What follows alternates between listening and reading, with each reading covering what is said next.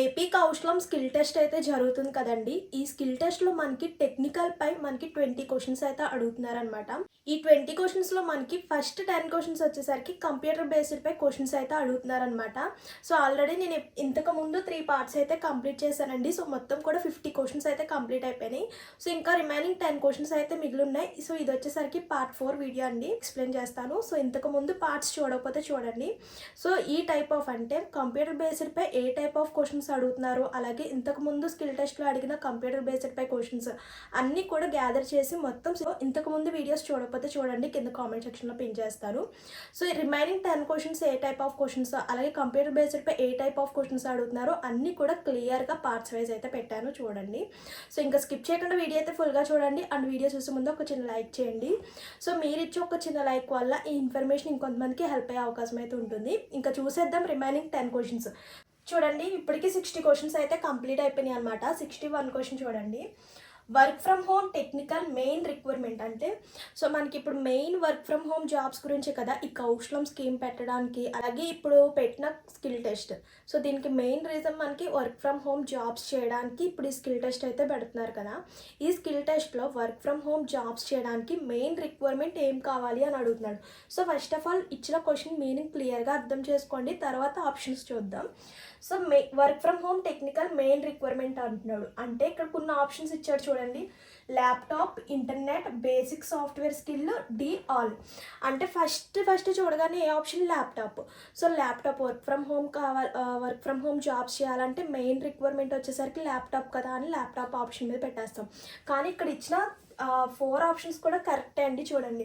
Internet main మనకు కావాలి, next basic software skill కూడా ఉండాలి. అంటే డి ఆప్షన్ చూడండి, ఆల్ ఆఫ్ దిస్ అంటే ఆల్ ఆఫ్ అబౌవ్ అని ఇస్తాడు. అంటే ఈ 3 ఆప్షన్స్ కూడా కరెక్టే. అంటే ఏ ఒకటి పెట్టినా కరెక్టే కదా అని ల్యాప్టాప్ పెట్టేస్తాం, ఇంటర్నెట్ పెట్టేస్తాం, లేకపోతే బేసిక్ సాఫ్ట్వేర్ స్కిల్స్ అని పెట్టేస్తాం. కానీ కాదు, డి ఆప్షన్ ఏమి ఇచ్చాడో చెక్ చేసుకోండి. డి అంటే ఆల్ ఆఫ్ అబౌవ్ అని ఇచ్చాడు కదా. సో అంటే పైన ఉన్న 3 కూడా కరెక్టే. Option D is correct. Next question చూద్దాం. Hard disk failure mainly leads to అంటే హార్డ్ డిస్క్ ఫెయిల్ అవగానే ఫస్ట్ ఆఫ్ ఆల్ సో ఎందుకు ఫెయిల్ అవుతుంది హార్డ్ డిస్క్ అనేది చూడండి. Data loss, internet. So data loss అవుతేనే మనకి హార్డ్ డిస్క్ అన్నది ఫెయిల్ అవుతుంది. సో మెయిన్ రీజన్ వచ్చేసరికి data loss. Next question, monitor black screen అయితే. సో ఇక్కడ మనకి టెక్నికల్ క్వశ్చన్స్ అంటే తెలుగులో ఇస్తారు అనుకోవద్దు, ఇంగ్లీష్లోనే ఇస్తారు. బట్ మీకు క్లియర్గా అర్థం కావడం కోసం నేనైతే తెలుగులో ఇస్తున్నాను. చూడండి, మానిటర్ బ్లాక్ స్క్రీన్ అయితే ఏం చేయాలి? కేబుల్ చెక్కా, లేకపోతే పవర్ చెక్కా, ఏ అండ్ బియా? సో మనం ఏమనుకుంటున్నాం, first of all monitor black screen వచ్చేసిందంటే వెంటనే కరెంట్ చెక్ చేసుకోవడం ఇలా చేస్తాం కదా. సో కేబుల్ చెక్ అనేసి మనం వెంటనే టిక్ చేసేస్తాం. కానీ ఇక్కడ ఆప్షన్ చూడండి, ఏ అండ్ బి ఇచ్చాడు.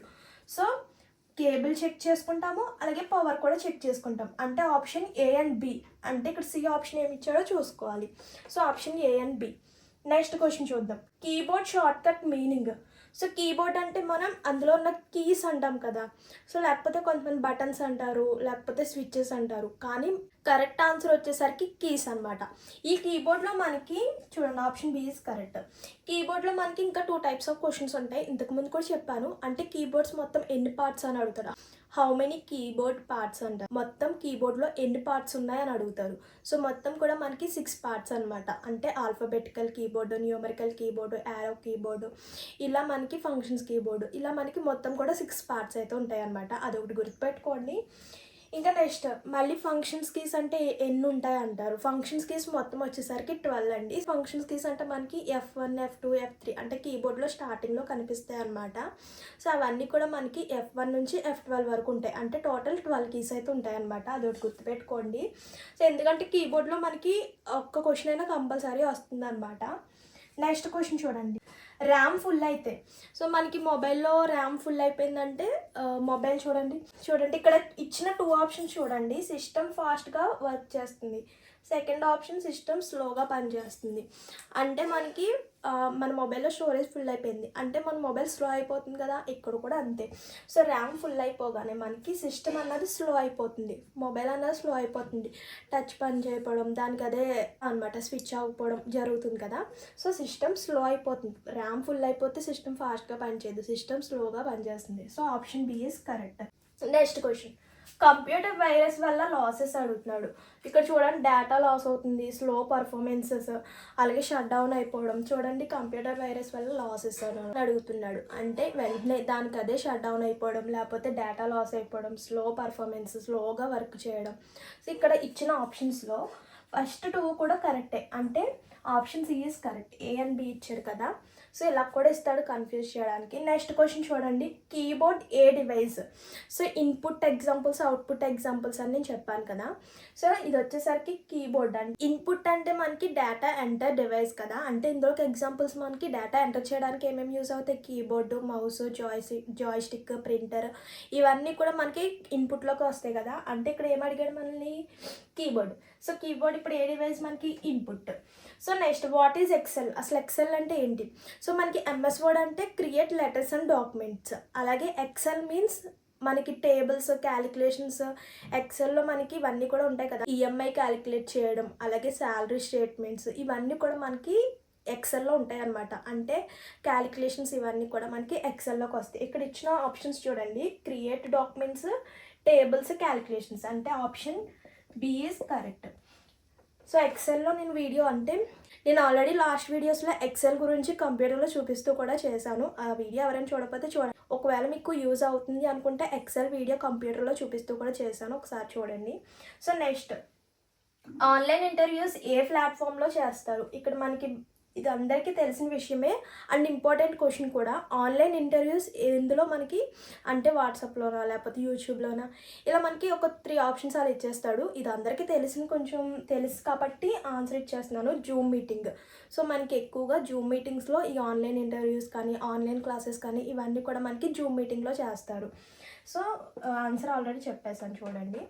So next what is HTML. HTML అంటే మనకి హైపర్. చూడండి హెచ్టిఎంఎల్ మీన్స్ అడుగుతున్నారు. అంటే హెచ్ అంటే ఏంటి, టీ అంటే ఏంటి, ఎంఎల్ అంటే చూడండి hyper text markup.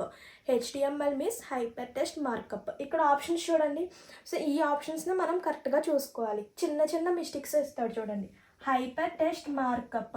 So option A is correct. Remaining options చూడండి మనకు తెలుసు కాబట్టి ఓకే.